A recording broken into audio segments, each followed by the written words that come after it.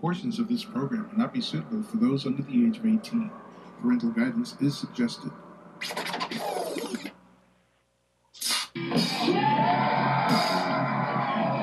Oh, my.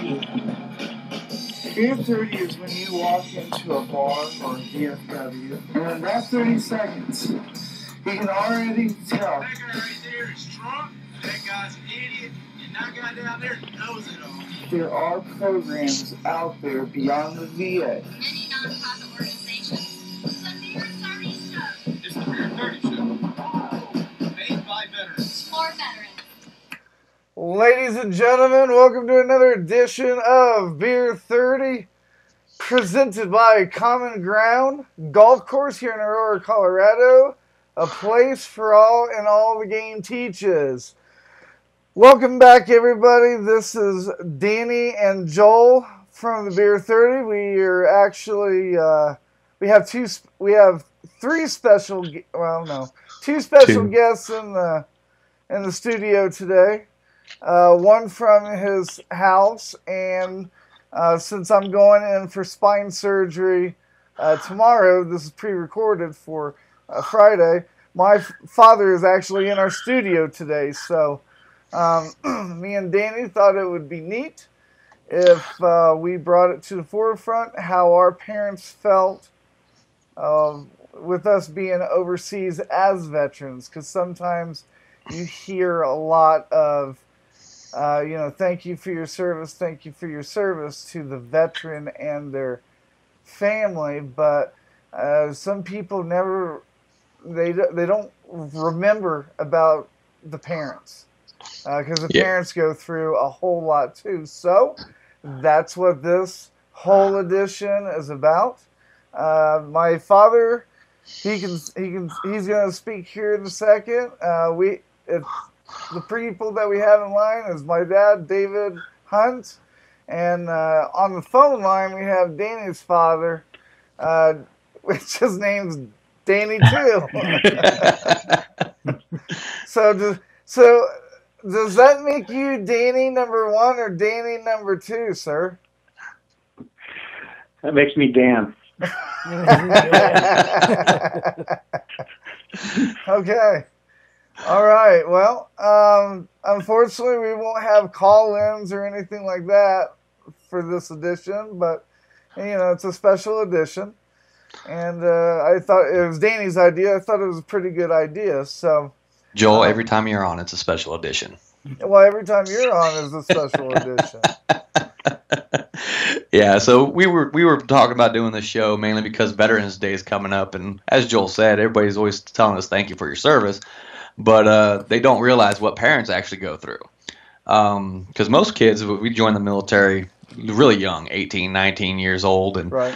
When we join the military, not only are we curious what it's going to be like for the future for us, but the parents get to the point where, they might not see their kids soon. And it could be the first time their kid's leaving home. And especially if they're getting deployed overseas, there's a series of emotions that might take place. So we're going to start with you, David. When Joel joined the military, how did you feel about that? And then how did you feel when you found out he was being deployed overseas? Well, at the time that he was getting ready to graduate, there wasn't really any jobs out there to speak of. As far as the military as a whole, he wanted a job, and it looked good for him at the time. Of course, as a veteran myself, when you're deployed overseas in harm's way, there's hatred there. You can't bypass it. You can't slide it. It is hatred. And that's what the service taught him to do. He was getting paid for. And I, as a parent and as a veteran, your dad probably thought the same way. You're going into hatred, and you have to live that for a while. Well, yeah, it's so what were your how did you feel when Joel gave you that call up and said, "Hey, Dad, I'm getting deployed to Iraq, Afghanistan"? What were the feelings you had at that point? to be very honest with you, again, coming as a veteran, he was trained to go into harm's way. I'm so glad that the Army teaches you how to use a weapon. As terrible as it sounds, the weapon is your best friend. Mm-hmm. You have colleagues, right? You have battle buddies with you. And it gets right down to it. Your weapon is your best friend. So, I don't want to dolly-coddle it or anything, but like I say, you can call it harm's way, but basically you're going into hatred. What, Dan, let's throw the questions at you as well. How did you feel when Danny told you that he was going into the service, and how did you react when he left for Cuba? Well, a couple things. When he first told me he was going in, he'd already been out of school a little bit, and much like Dave says, there's no jobs out there. He's working 3 jobs, 4 jobs, trying to collect minimum wage and scrape by, and very difficult. So the military was a good option. So going in the Navy for him, I think, was a good option at that point in time. There's always worry and concern that, where are you going to end up? Where are you going to go? What kind of harm's way are you going to be in? So, going into military police came a little bit after going in, because he wasn't really sure what he wanted to do, I don't think. So I think it was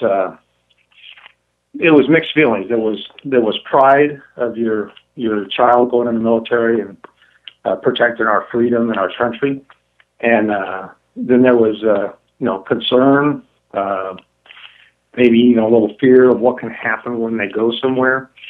So as a result, I personally was never in the military.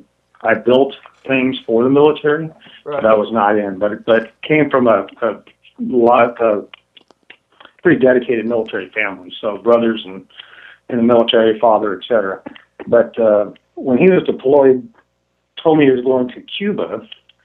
The first immediate reaction was the thoughts of the stories you hear on the news about some of the uproar that's been there over the years. I even had a flashback to the Cuban Missile Crisis, which I remember that. I was quite young to. Yeah, I was quite young at the time, but yeah, it's you go, God, that's scary, So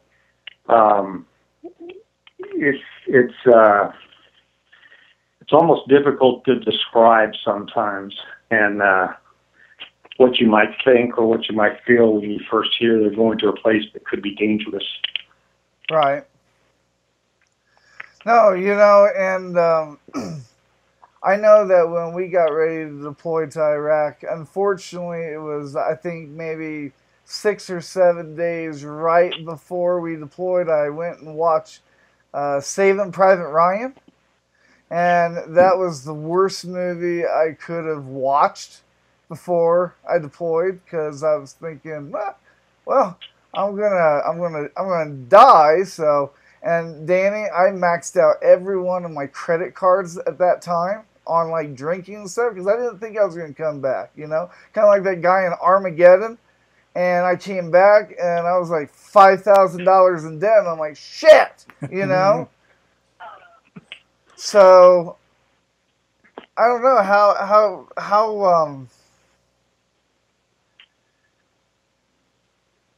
I don't know. What do you think, Danny? I mean, did you have that same feeling when you went over to Cuba? I mean, I know that you didn't watch Saving Private Ryan and go over, but was you scared?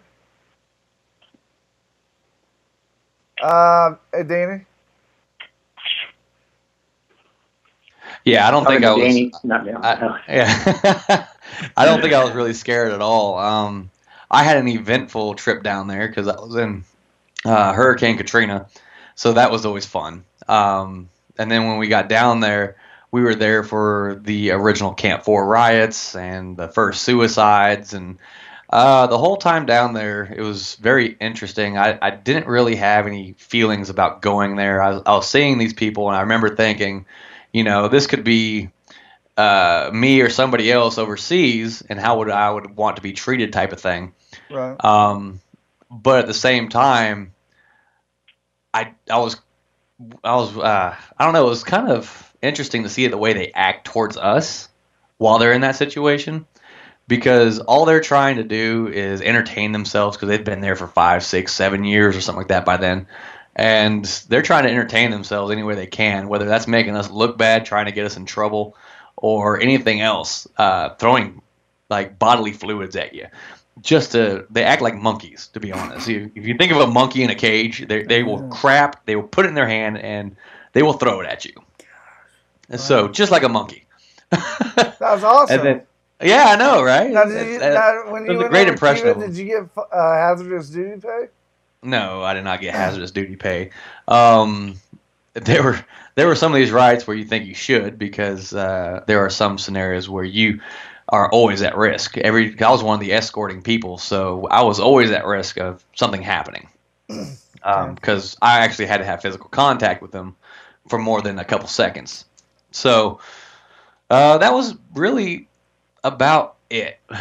So now, Dan, when Danny told you that he was going into the military, did it kind of give you some relief that he wasn't going to be staying at home and you wasn't going to have to worry about him? Because like my dad and mom, they were so excited that I was going that after I left for basic training, we didn't have cable TV ever.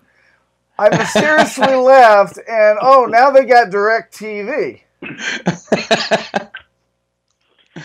Well, your parents invited me over for the party after you left. Just kidding.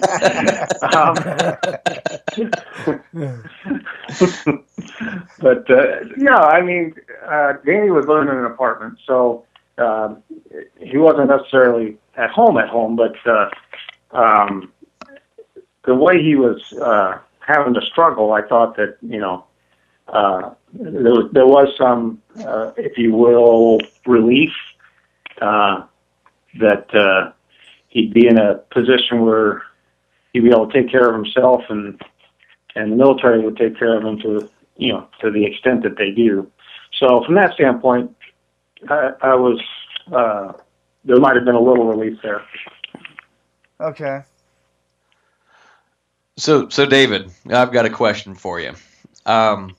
See, I know how I felt when Joel called me and told me about his injuries and everything. What was your initial reaction when you found out everything had happened, that he was coming home in the condition that he was? Well, he was going downhill on his second tour over, and he came back to the States, and I didn't think they would send him back over. I figured he'd finish his last time in Colorado. I really did. I called and told him. I called the senator. I said, hey, 13 months in a war zone, I like to went crazy. I said, I know what he's going through. I said, his luck's going to run out. He'd went through there, like I said, 2 years, and evidently the EIDs had really worked on him after that. And I know his unit had caught a couple of rockets. I knew they had a couple of rockets that hit his 4x4 there. And the third tour he was in I think it was Fort Carson, and they said he had to go back over. I called the senator. I said, man, don't put him back over. I said, he's going downhill fast. And they said that the senator said he couldn't do anything about it because they were in a position where they couldn't get enough GIs, boots on the ground. And he had to stay. He had to go back over for that third tour. Well, that third tour in Iraq, it finished him. It did. He came back. The one ID too many, one EID too many. The RPGs were so bad, and the death rate. The people don't want to listen to that, but the death rate was so bad, and it all got to him. He should have never went over his third tour. He made it back, but when he came back, I knew what to expect. There was nothing I could say. Nothing I could say. I'd already went through the senator. His mom knew it, and the senator said they were on a stop. They couldn't get out. They had to serve. He had to serve that last tour. Right, and my dad was talking about the senator and stuff, and as parents, I think that, you know, when they see you going through something and they can't help you do something, they go all necessary means of power to try to help. They kind of feel, you know, kind of worthless because they can't help you.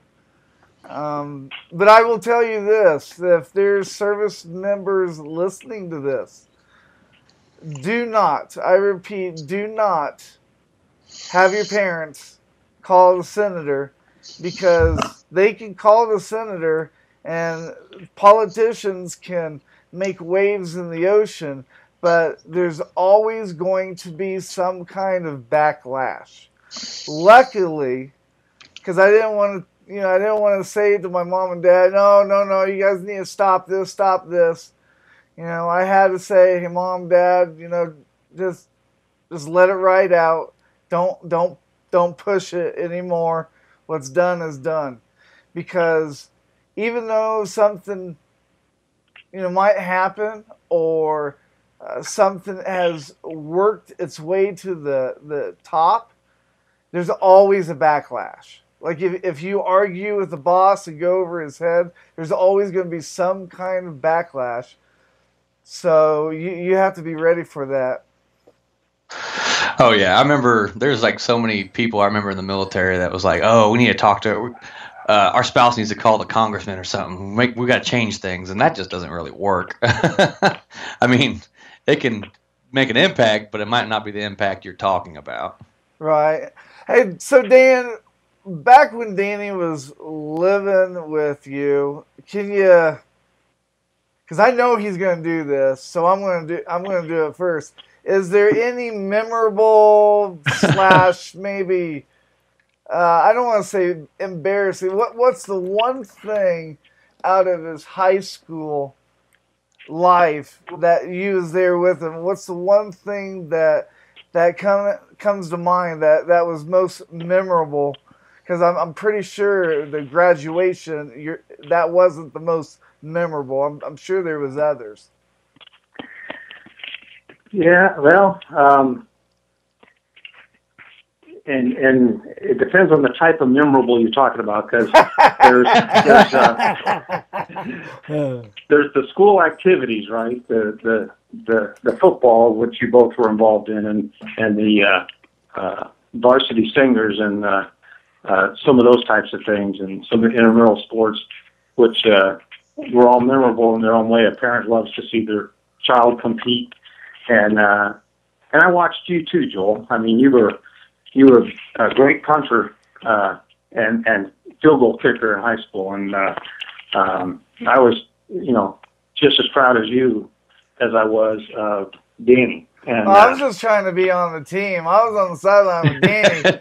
So I kept saying, no, we got to get a touchdown. No, we got to get a touchdown, because I knew if I missed a field goal, I would not hear the end of it Monday at school.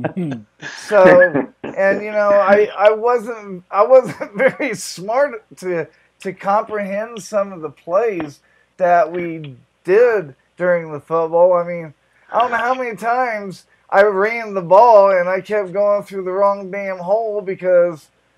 I'm not even going to mention a comment on that one, Joel. Yeah, exactly. Oh, I know where you turned that into, Danny. I didn't hear that full thing. You can go ahead and choke yourself now.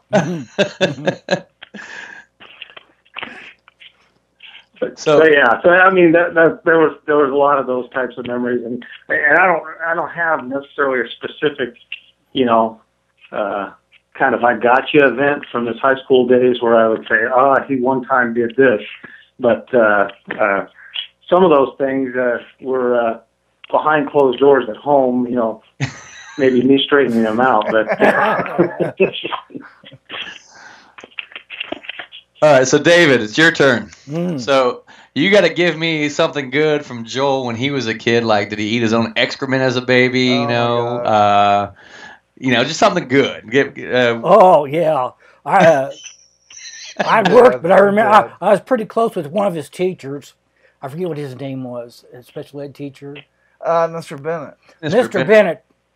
And he used to say all the time, Joel used to wear those bloomer pants. What do you call them? The big Parachute. blooming pants?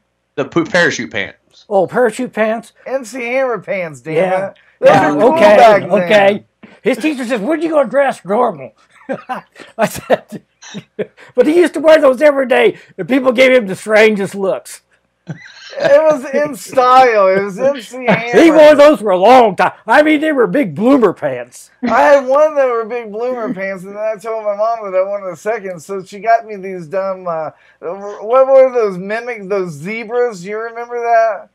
The zebra pants, and I got those, and I just got made fun of wearing that. Because it was baggy like MC Hammer pants, but it wasn't MC Hammer pants. And I know I'm not the only kid that wore that crap. Even the schoolgirls used to look at him and kind of laugh a little bit. I knew what they were laughing about. All right, so David, was there a point in time? This is a bad idea. David, was there a point in time when Joel was growing up where you thought he would go into the military when he got older, like say when he was like 8 or 9, maybe 6, 7? But was there anything that you kind of saw that was like, oh, he might join the military one of these days? Well, he had college on his mind, but he had a lot of trouble with school. But I don't. Maybe it was wrong of me, but I kind of encouraged it along the way. I kind of encouraged it. And see, and that's what made me kind of upset, because my dad always told me, oh, you need to go in the military, blah, blah, blah.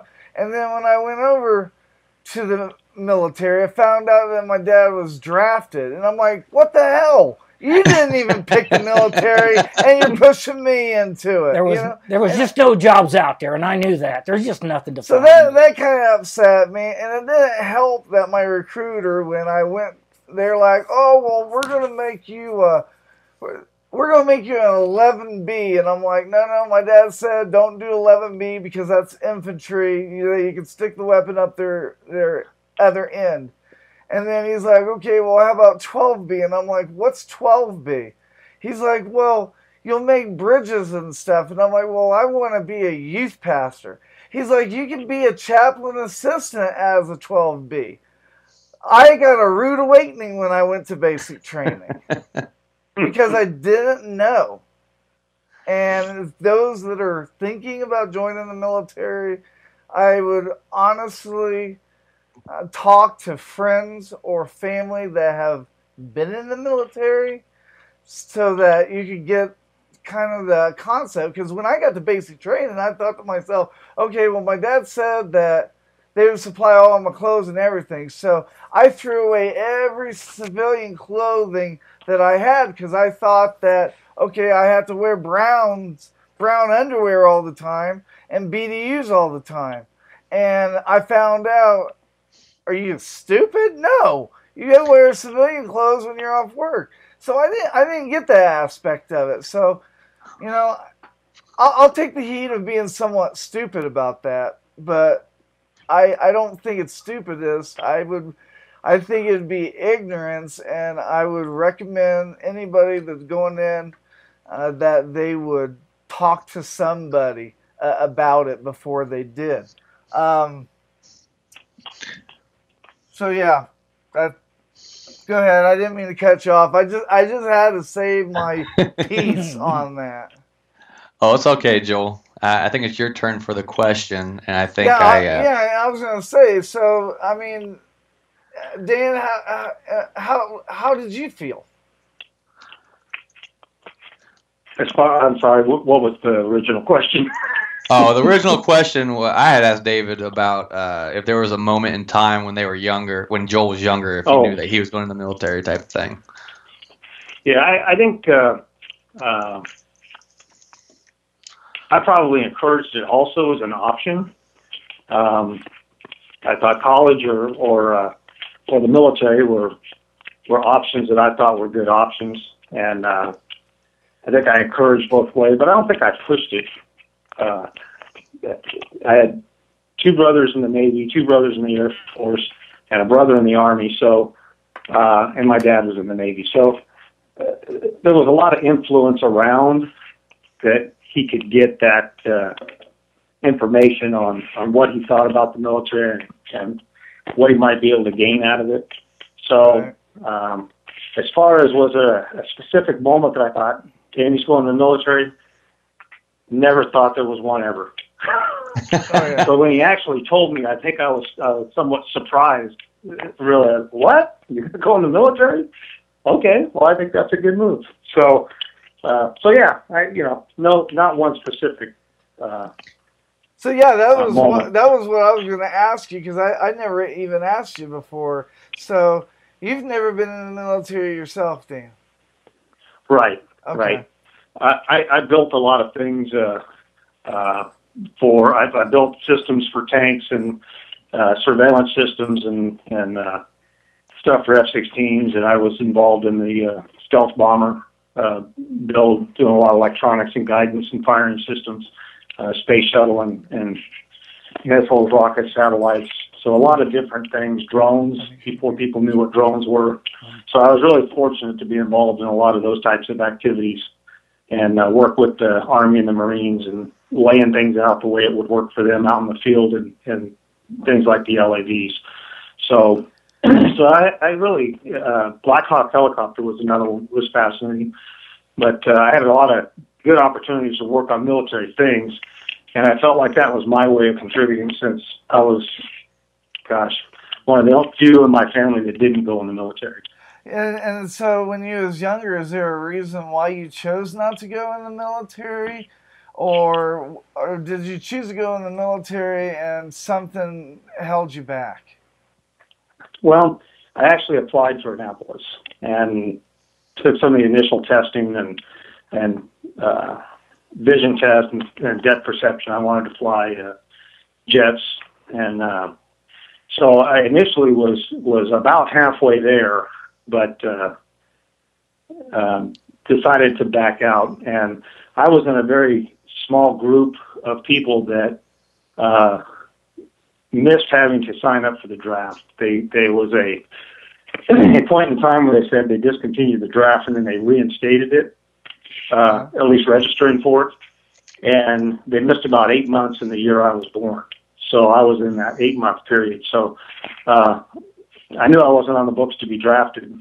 And I ended up deciding to go to Texas and work in the oil fields because I thought there was a lot of money there.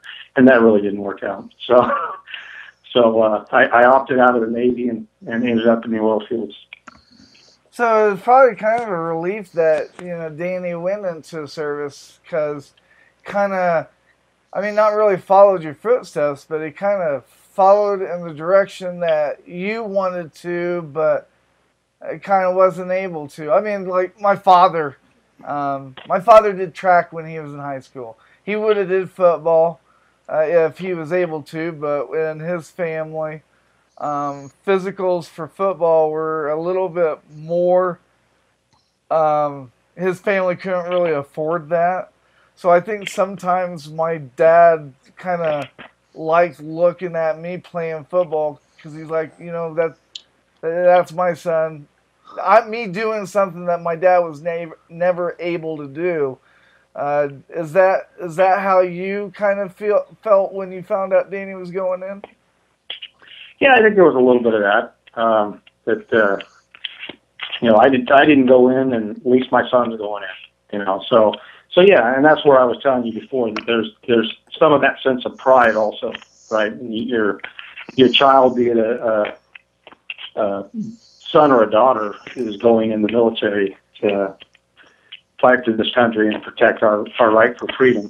It's a huge responsibility, and along with all the other emotions, pride's definitely one of them that stands out. Right. So, David, tell us a little bit about what you do. Since my dad gave us his background, we might as well get yours as well. Before you retired. I believe you worked for GM, didn't you? Yeah, I worked there. Now he just sits on the couch in his underwear. No, I worked for GM. I got out. I think I got out right at 31 years. I wasn't ready to get out, but they had switched over to Delphi, and I wasn't too sure about that. Matter of fact, I was really on the fence about that. And I said, well, my son's out of school, so I'm just going to go ahead and get out. Now, I had a job waiting for me. There at the Kokomo Tribune, I'd been helping my wife pass papers for a good while. But then when she stopped, I passed papers I'd say about a year. But then that job was waiting for me.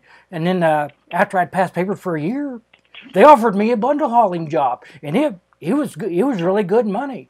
I hauled papers to different cities in Marion and Walton and all over. I made good money doing it. That's what I did. I did that for about 3 years before we retired, and then we moved to New Mexico because my wife's health. She felt so much better there, and when I went there, I went to passing papers again in a small town in New Mexico.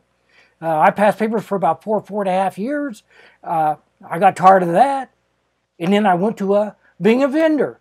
I went to stores, resetting shelves, stocking shelves, things like that. I really loved it. I moved all over New Mexico doing that. Mm-hmm. I really didn't stop and call myself a retiree until I was 62, and then I pretty well stopped altogether. Okay. Yeah. So, like Joel was saying, right now all you do is sit at home in your underwear. But what I can tell you guys is I had the privilege of working with Dave at Delco and Kokomo. So, we worked together, and he really was one of the best hardworking guys I ever worked with. He's a great worker, smart guy. He could figure things out that others couldn't figure out, which was, there was many times I go and say, Dave, what do you think about this? Well, you might want to try this or that. But he never wanted to take the credit for it either. It was something I remember. But I always gave him the credit. Great guy, great to work with. So just a little side note more for Joel than anybody. Awesome. Well, I appreciate that. And people that are listening at home, Dan and my dad, they don't owe each other, so they're not kissing each other's butt. That was literally how he felt. I was just, this is what I'm happy about. What I'm happy about is me and Danny became friends right when I went into the 7th grade. There was a situation that happened, and Danny spoke up for me, and he stood up for me. Danny has never been one of those individuals that let stuff get him down. Like, you would sit there and, you could pour ketchup all over his face and he'd still be happy. He was very optimistic about every single thing. And when me and him became friends after the deed that he had done, I told Danny, and he's like, I don't even remember that, but I would remember it because it was something bad that happened to me, and I didn't think I was ever going to live through it because we had this one kid in our class, Scott Evans, and man, you got on his bad side and you hated life. Well, at least I did. So I had gotten on his bad side, and I was kind of scared of him, and Danny stuck up for me, and since then we've been friends. We've been through drama together. We've been through football together. I think I remember Danny tried wrestling, and I'm gonna stick with drama. He tried that one time, and he just didn't like it. I could be wrong about that. I don't really remember. I had too many ideas that hit me. I don't remember a lot of stuff, but I remember that me and Danny have been great friends. And when I decided to do this podcast, my wife had said something to me. Well, why don't you ask Danny? And I was about ready to give up this podcast, which it does open up and it does help a lot of veterans. And I was about ready to give it up, and Danny's like, yeah, no, we can do this. So I was relieved. I think since me and Danny got together, the podcast has not only been better, but the chemistry between me and Danny is a lot better than the chemistry was with the other guys that I did the podcast, because something was just missing. I don't know if you heard the past podcasts before, but something was just missing. So it's nice that our whole family, you know, Danny and his dad and my dad and me, it's nice that we could come together and, you know, we like each other, because I know there's some friends that my dad did not like of mine, and Danny was one of the very few that he actually liked. So, Well, that's good to know. Thanks, David. Well, Joel, I paid him for that. Well, that's okay, because I believe he paid you for Joel too. So it's kind of a. No, I do know every time I talk to my dad about Joel, he's always telling me about how proud he is of Joel and how good he's done and everything else. And then I know he tells Joel every time he gets a chance about how proud he is and everything too. So me and my dad actually got to see Joel not too long ago in Denver. So that was nice. that was not easy. Let me tell you, everybody. That is not easy. You have to pull a lot of shit out of your ass just to be able to go greet somebody at the terminal with a terminal pass. That was crazy. I won't ever try that ever again. All right. Well, we are a little over our time today, Joel. Right. Yep. We did enjoy it. Thank you, Dad, David. Yeah. So tell your dad I said hi. I did get a chance to work at him. Yeah, Dave, good to hear from you again. Yeah, it's been a while. Yeah, it has. Good to hear your voice. And as always, before we leave, Danny, we do have to do the 2-minute warning. So if you have that on hand, go and fire that up. Do you have that on hand? Not at the moment, but I do now. Okay. All right, awesome. That's the sign of the 2-minute warning. This 2-minute warning is brought to you by Common Ground Golf Course here in Aurora, Colorado. A place for all and all the game teaches. Big sponsor for us, so we want to make sure that we get the 2-minute warning in every time that we do the event. I learned today that Danny's dad was never a veteran. I thought he had been a veteran at one time. That's what I learned today. What did you learn, Danny? Well, I didn't know your dad was a veteran, so I learned that today. Oh, there we go. Okay. Yeah. All right. But I also realized that your dad had to put up with you all these years. So wow. And about the party after you left and the DirecTV, that was. Yeah, I think I would have done the same thing.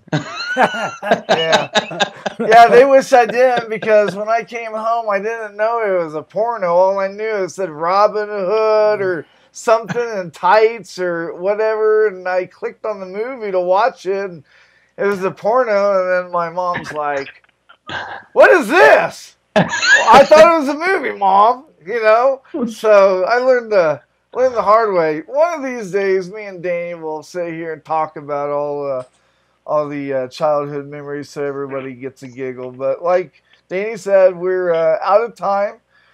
And if you're listening to this, we hope you enjoyed it. We hope you pass it around. If you listen to this and you didn't enjoy it, we apologize, and give us another chance, because we can't screw up 2 times in a row. All right. So one thing we do with everybody, I guess I'll go with my dad this time. If there's anything you want to say before we leave, this is the time to say it. Well, I just want to say I think it's great that you guys are doing this show. It's reaching people, and I hope it continues to reach more people. And I know that I share it, and what I'd love to see is some feedback at some point in time on anybody that's benefited from your show, and that they picked up a new organization that they were able to utilize and help them. And I would like to see you guys get that feedback and how it's impacted other people just by listening to your show. And what about you, Dave? Is there anything else you'd like to say? No, I like this show myself. You guys are pretty common. Matter of fact, you remind me of a little bit like that WWKI in Kokomo. It's about the same thing. Except we're better. Sometimes. Yeah. All right. Well, that is our time. Thank you, everybody, for listening. Joel, you got anything else? No, that's all I got. So, I'll have spine surgery in the morning. I'll miss you guys, and hopefully I can come back next Monday. I believe next Monday we're supposed to talk with Soldiers Angels. So that will be a good show. And until then, everybody that's listening, have a great weekend, everybody. Bye.